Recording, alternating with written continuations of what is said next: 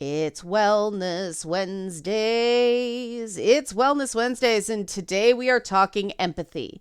Yes, we have talked about empathy and the different types of empathy and empathic overload or empathic overwhelm before, but this came up a lot in Liana Kares sessions last week, and one client specifically asked for a video as a reference for these concepts. And so duplication is sometimes good with this stuff so people don't have to go back and dig. I'm going to take a slightly different approach to it this time.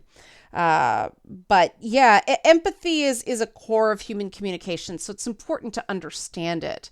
And this is the second video inspired by Liana Care sessions this week. The first one was a video that's supposed to run on Tuesday.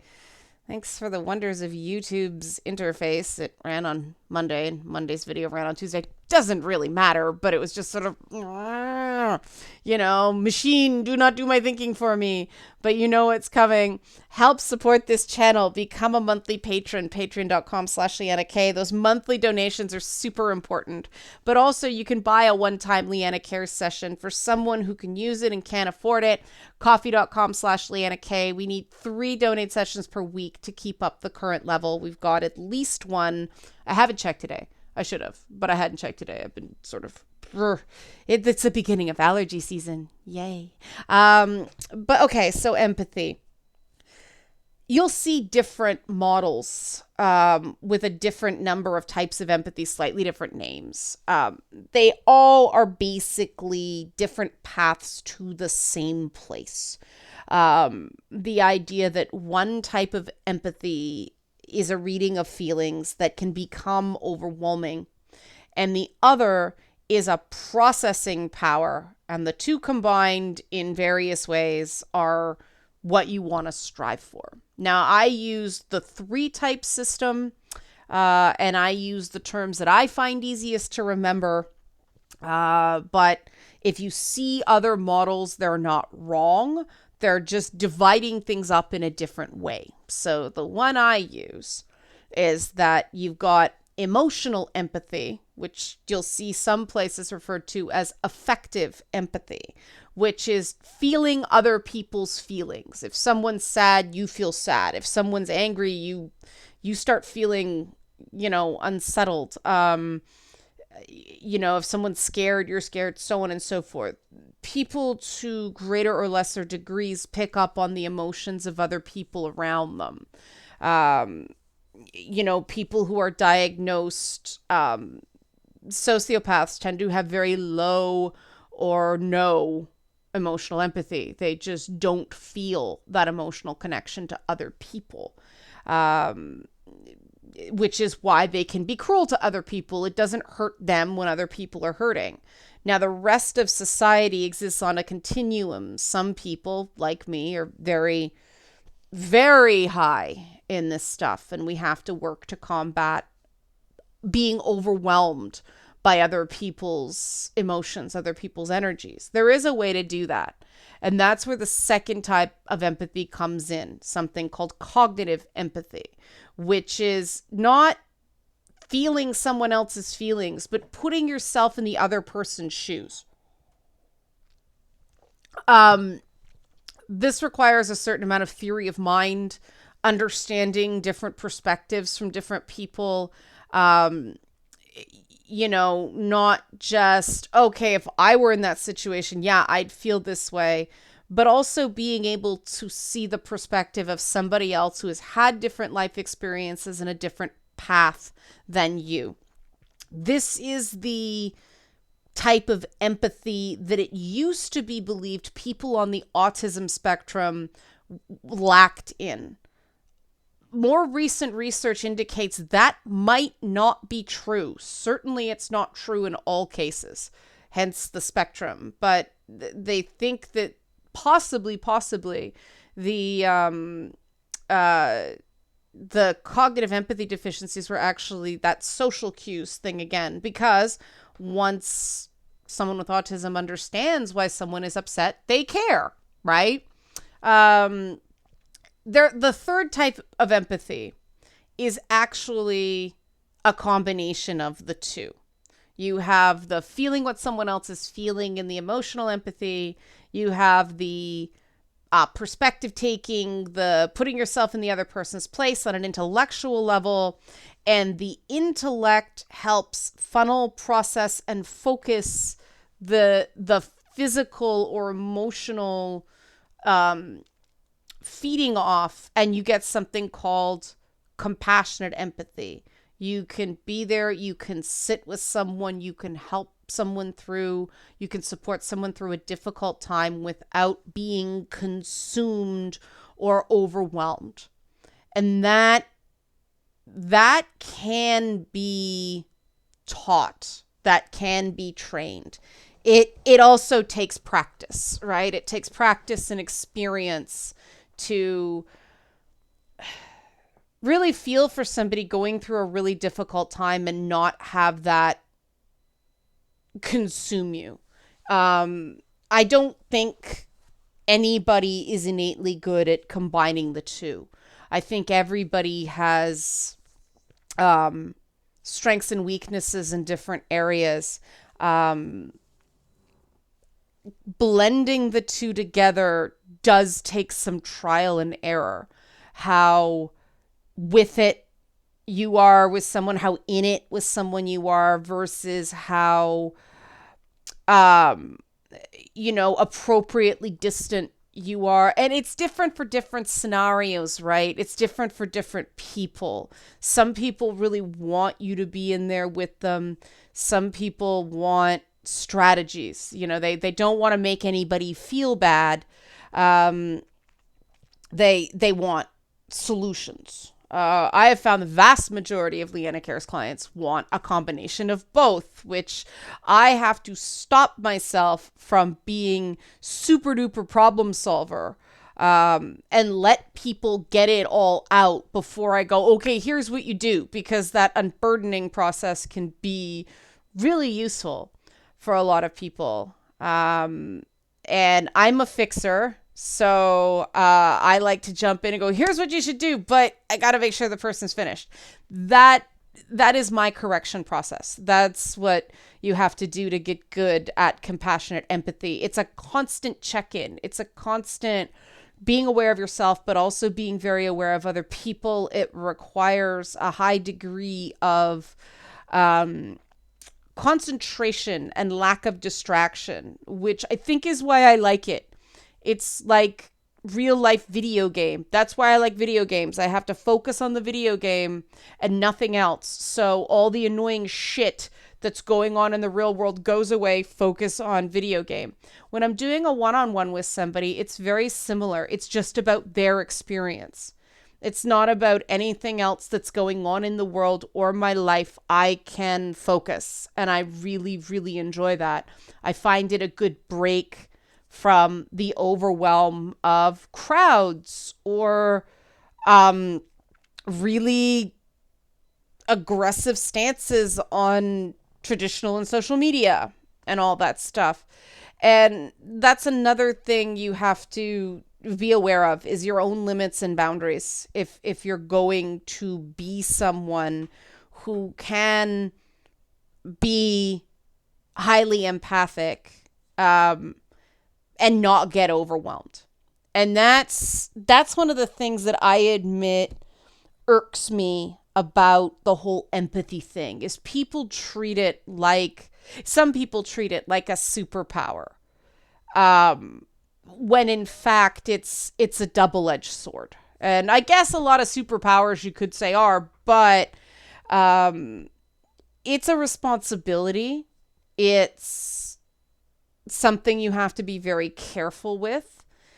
It is not a toy, and it is not something that ethically should be used to manipulate people. However, sociopaths get very, very good at cognitive empathy, and they do use it to manipulate people. They know, enough about people, studying people, mimicking people, that they have a decent idea of how to predict human behavior. And because they don't feel any compulsion about hurting other people, they use that. There's also a lot of people in activist circles that manipulate empathy, both, being able to predict where people are going to go, but also that inherent understanding that when somebody sees somebody hurting, they hurt too, and they leverage that as an emotional appeal to short circuit and do an end run around the intellect. That's not healthy. That's not good for anybody. You don't manipulate people with empathy. It's wrong. Empathy is the thing that allows people to be people. We are individualized,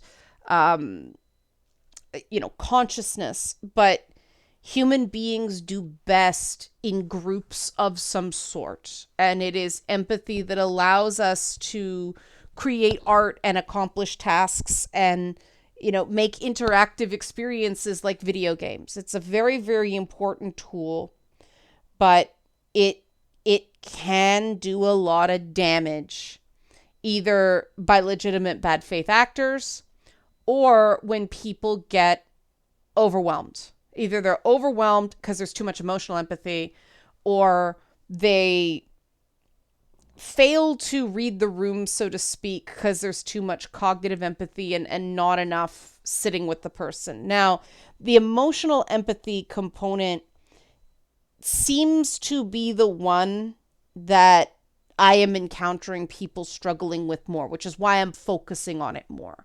Whenever there's that thing of somebody just suddenly snaps and all of a sudden the conversation goes from like 0 to 60 and nothing, or all of a sudden somebody's not talking to you or something like that, that is often an emotional empathy overload.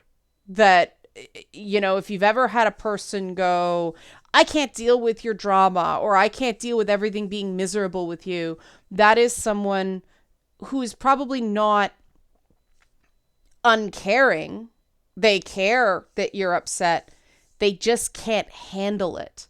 And it is a horrible, callous thing to do to somebody who's in a really bad place, having a mental health struggle, so on and so forth, for somebody to go, I can't deal with you. But that's what happens when people get overwhelmed by emotion and have no way to process it or can't process it quickly enough. That is also the reason for caregiver burnout, for frontline worker burnout, essential worker burnout, people just dealing with too much of other people's shit. I hit that point on Thursday of last week. I won't get into the reasons why, but I needed I needed the weekend to get my shit together. Even into Monday, I was feeling a bit jittery because it was just too much. Too many awkward groups with a lot of unsaid things flying around, and sometimes one is not in a position to be able to do intentional communication and active listening. It is not an authentic space, and those are places Liana doesn't do well in. Because of that overload, what is going on? There's a ton of unsaid shit. No one is being honest with each other. GTFO. I'm terrible in those environments. I'm great when someone is going through legitimate stuff. If someone is going through an authentically bad time, and they want to talk about it, I am good with that. It's when people start fucking around that I'm like, nope, you guys may have seen it. Because that's the other thing about people who are truly good reads of other people. We tend to have super low thresholds for bullshit. Because it's that thing of, it's one thing if you buy the bullshit. And most people do. It's another thing if you can see through the bullshit, may not necessarily know why it's bullshit, or, you know that calling a person on their bullshit is gonna get a lot of people screaming at you because they don't see what you do. And that is more art than science about what to do about it. But, sometimes you just gotta, for your own sense of authenticity, call it out, which is what I do, and I get yelled at a lot. But you know what? I'm more okay with that than participating in an inauthentic environment. And we all have to do it sometimes, right? We all have to let somebody bullshit to a certain extent. You can't call everybody on everything, and there's better and less good ways of doing that. But it can be incredibly frustrating. So if you're relating to anything I've said in, the last little bit, congratulations, you have empathy.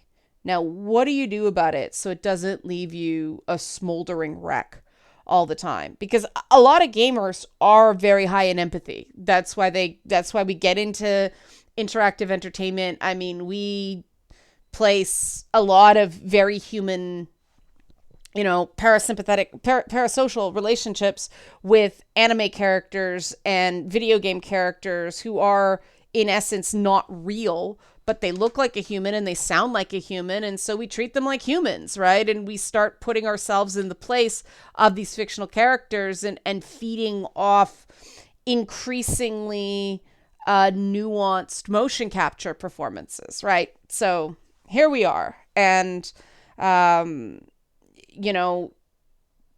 there are extroverts who are not high in emotional empathy. And then there are some that are high in emotional empathy. There are introverts who fall on both sides of that spectrum too. This is not about introversion and extroversion. This has nothing to do with that, whether you enjoy being around people or not. I think a lot of introverts actually are highly empathic, which is why they can only take so many people at once. It's just too much to process. And so, one, how do you develop compassion and empathy? Two, how do you handle those situations where someone does get overloaded and shuts down a conversation, doesn't want to talk to you anymore, so on and so forth? Okay, so first one's easier. It's practice. The first thing you have to do is identify which type of empathy you are stronger in and develop the other strength. I don't always suggest developing your weaker side. Sometimes I think it's better to say, I'm good at this, I'm not good at this, I'm going to play to my strengths and find someone who can play to my weaknesses. If you have some sort of cognitive impairment, obviously this may not be possible, right? And don't feel bad if that's the case. If you can't help it, you can't help it. There's other things you can do. So that's on the cognitive side, right? If you do have trouble reading social cues and so you don't always know what another person is feeling, that's okay too. There's ways around that too. And the techniques to develop one or the other side can still work for you. It's just going to take you longer and be harder. But it's worth doing. So to develop emotional empathy, a lot of it is just paying closer attention and not being distracted by things and really focusing on the other person. Sometimes I will, this one client always thinks they're freaking me out because I'll put my head down and do this because I'm listening very intently to what they're saying and I don't want facial expressions to distract me because sometimes, sometimes the words are more important because somebody could be smiling because that's what they do when they're nervous, but the voice is telling me something different. This poor client is, you okay? It's not too much. I'm like, no, I'm listening. This is my intense face, right? Really zeroing in and really making sure you're not throwing up artificial barriers to connection in that way. We all have the human capacity to feel. Some of us have been shamed for our emotions, and so we're afraid of feelings. We suppress our feelings. We repress our feelings. If you are not in touch with your own feelings, you can't be in touch with somebody else's. It's just, there's too much static.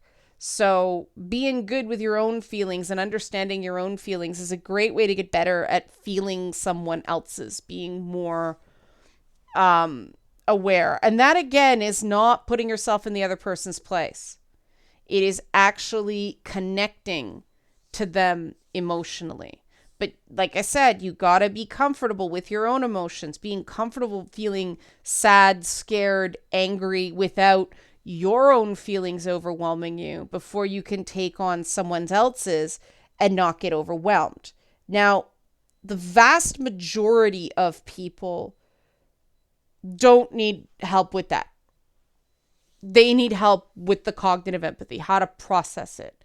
Either that ability to put themselves in another person's shoes, or just using one to process the other, that compassionate empathy we're trying to get to. Now, obviously, you cannot live an experience you have not lived. What? Tautology. No, it's deliberate. That's a Yogi Berra style statement where it's like, what? That sounds like nonsense. But no, there's actually some truth to the nonsense.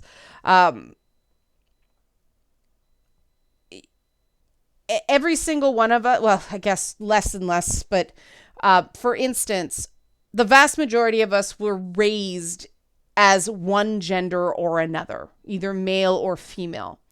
And no matter what our inherent gender identity is, just for instance, we don't know what it's like to be raised as the other. Same thing with racialized experiences, right? Same thing with various, sexual orientations. You can only see your own frame of reference from the inside. So, gay people don't know what it's like to be straight people. Straight people don't know what it's like to be pansexual people. And pansexual people, like, what do you mean there's something that just your brain shuts down on? That seems weird to me. And being able to develop the awareness that other states are possible and in fact do exist does take some mental exercise. Again, it does mean being very comfortable with yourself and what identifiers you you have and who you are, and recognizing that that's one good thing. There are lots of good things. There is not a right thing and a wrong thing. And this is where a lot of people get tripped up because, again, shame. They've been shamed for something about themselves. And so the bunker mentality sets in. They shut things out and they can't be open and relate to other perspectives through their own because they're not okay with their own. They don't feel like their own perspective is valued and validated. And so because that's not there, that the building block isn't there, they can't go further. It's all a strong foundation so that you can, reach across that gap and not tumble into the abyss. That's what it's all about. Now, to build those bridges, to build those experiences, it involves asking certain questions. Like when someone's relating an experience, often what happened is less important than how it made them feel. And so if somebody's relating a very lengthy story, stopping a few times and going, now how did going through that make you feel? Can give you that, right? You don't have to guess. They're like, it made me feel scared. You can go, okay, so being in that situation made them feel scared. I can relate to being in situations that made me feel scared. Okay, now I'm perspective taking, right? Now I'm thinking the person's thoughts as well as feeling their feelings. And that's the magic combo. Because If you're just feeling a feeling and can't do anything about it, that's where the overwhelm comes in. That's where the fight or flight response comes in. That's where the burnout and exhaustion comes in. And using those, all right, I knew how to process this when I was there. I know how to process fear. I know how to process sadness. I know how to process anger.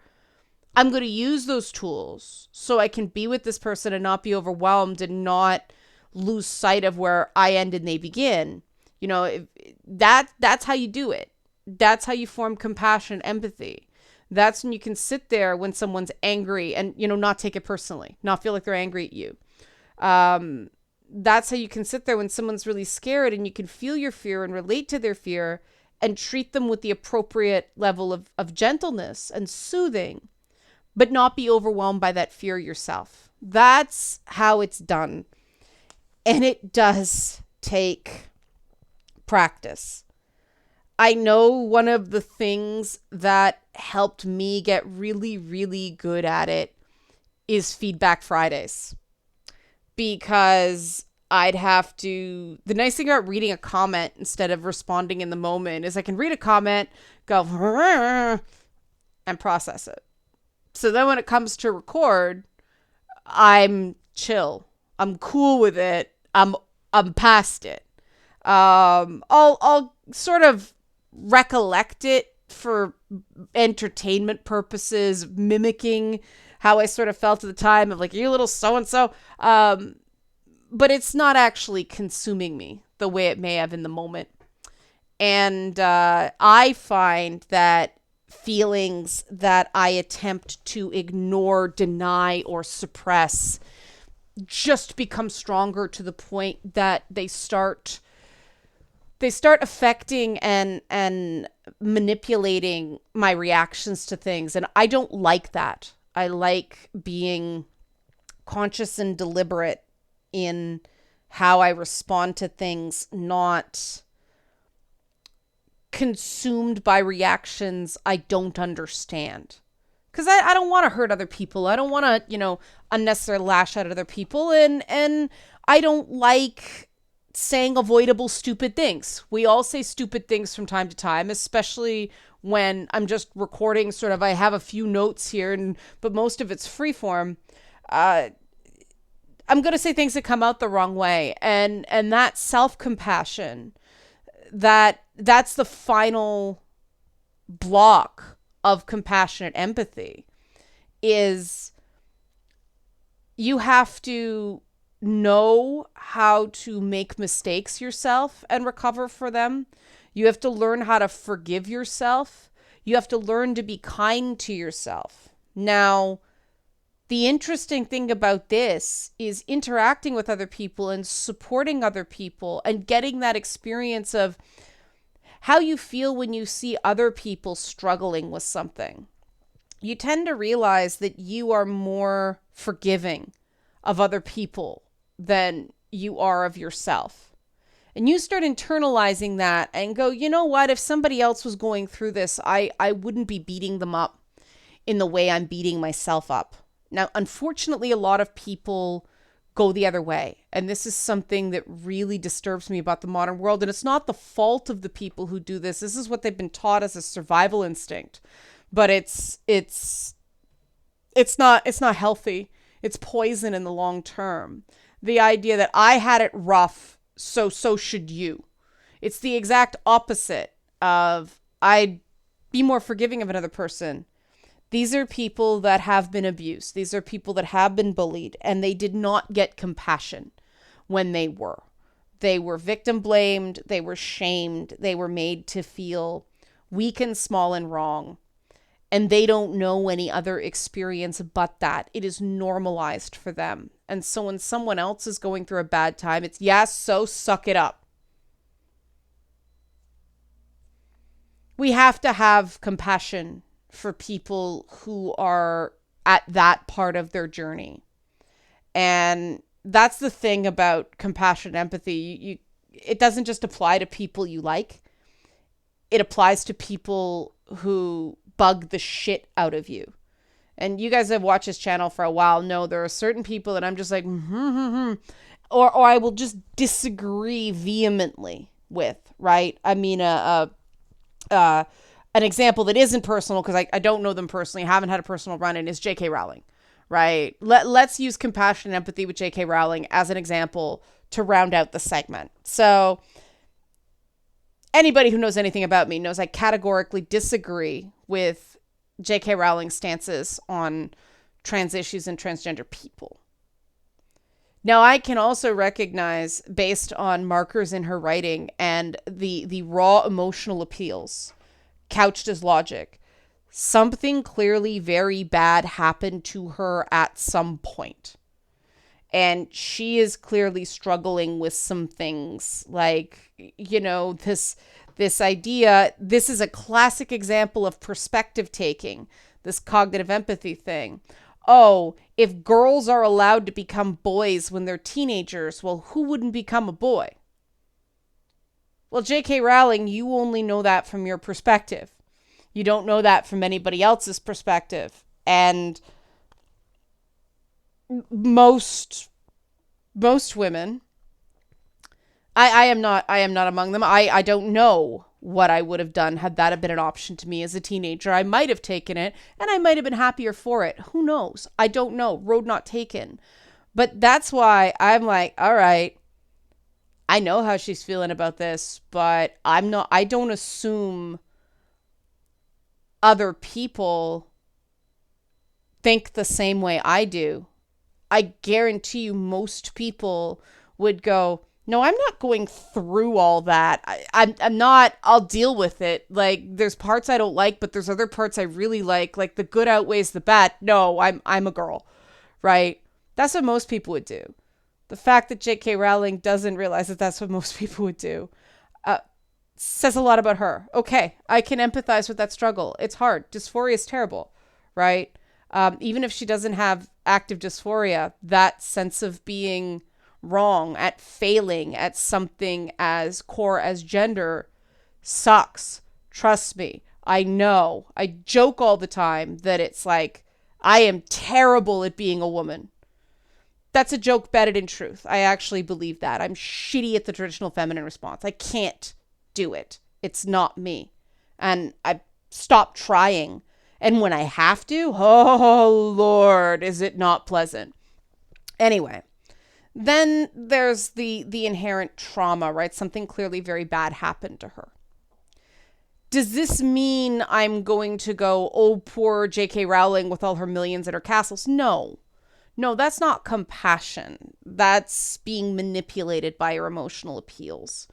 What I do is I take her on based on her reasoning, not her core intentions. I don't assume ill will just because she's being emotionally manipulative. She may not realize she's being emotionally manipulated. She's an incredibly emotional speaker and writer, which is why she made a butt ton on, borrowed ideas, better than average world building, and the ability to write a snarky phrase that still come out as kind of fluffy. But, I don't have to hate her. I don't have to hate her because I see her as a threat to people I respect and care about. I can have compassion for her, still debate her on the issues, still sometimes snark right back, because respect is a big part of compassion. If she's going to snark right back, go for it.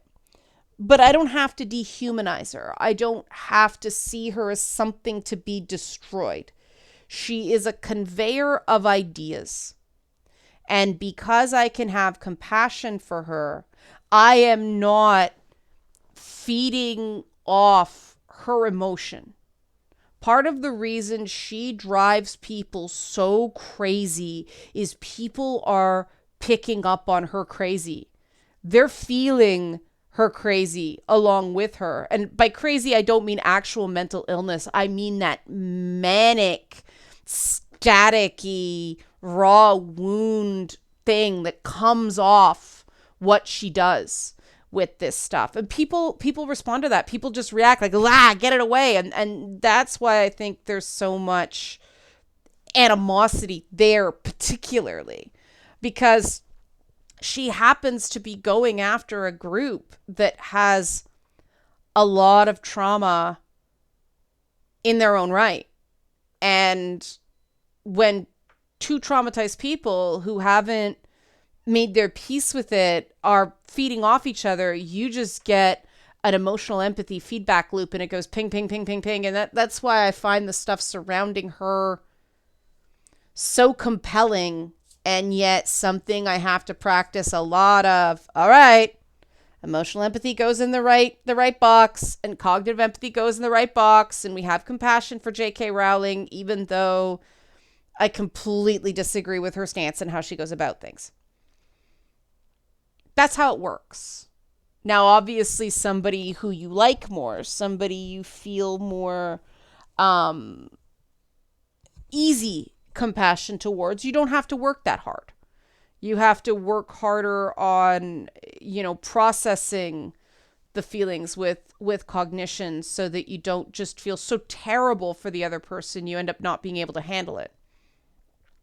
But that's basically the steps. You do the same thing for somebody you really, really like, who you think is really, really wrong about things. I have been having to have a lot of compassion for Nicki Minaj of late, because girl is making some really bad life choices. I'm like, I'm going to have compassion for Nicki Minaj by listening to Megan Thee Stallion and waiting for Nicki to come out with another piece of good music, because do her views really affect me? No. Do I think she's dead wrong about certain things? Yes. Do I really not approve of her, apparently threatening some woman because of she's the ex of a man and bad things happened, and whoa, okay, that ain't cool. But there's an example of that's awful, it's so disappointing. Well, wait, I don't actually know this person in real life. Let's wait for things to settle. Let's see if more comes out. Now, more didn't come out. It seems like that's pretty much it. But that's another big piece of compassion awareness, cognition, and that becomes compassion, empathy. It's very easy to treat people on the internet or celebrities, people you only know through media, as not really people. It's very important to keep in mind that they are. And that goes for major celebrities as well as just, the average person you interact with on a daily basis, some rando on Twitter. Now, with bots and everything like that, it's really easy to sort of go, no, that's not a real person, and convince yourself. But it hurts you not at all to treat them as if they are. And if you think it's a bot, don't talk to them. It's a waste of your time. And I'm not saying don't dunk. Sometimes people deserve the dunking, but keep it in bounds. Keep it fair. Keep it in a place that you would feel if somebody did that to you, you'd think it was kind of jerky, but above board instead of the mark of a terrible human being, right? Use your empathy that is a real person. Use your cognition. Put yourself in the shoes of, there's a difference between nice and fair. You don't always have to be nice, but you do always have to be fair. And use that to communicate compassionately with everybody you encounter in your day-to-day lives. I guarantee you it is a lot of hard work at first, but eventually you feel good tired at the end of the day instead of overwhelmed, wrung out tired. Unless you had a week like I had last week where you had this, all these amazing moments with really great people and then biting my tongue sessions. But I handled it. I did it. I got back on the horse. I'm here now, right? I don't actually have a horse, except for Princess Sparkle Pony. Okay, thanks. This one was longer than usual, but good unpacking of the whole concept with examples. Help support this channel. Become a monthly patron, patreon.com/Liana K, or buy a Liana Kares session for someone who can use it but can't afford it. Coffee.com/Liana K. Thanks for watching.